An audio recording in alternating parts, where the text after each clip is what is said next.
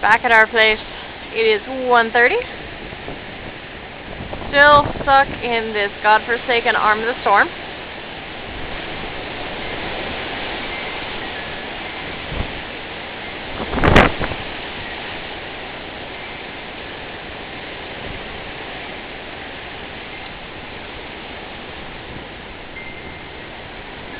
It has just crested the second step there.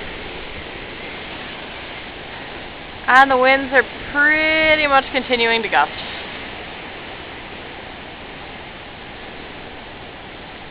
Here's hoping she moves along before high tide hits.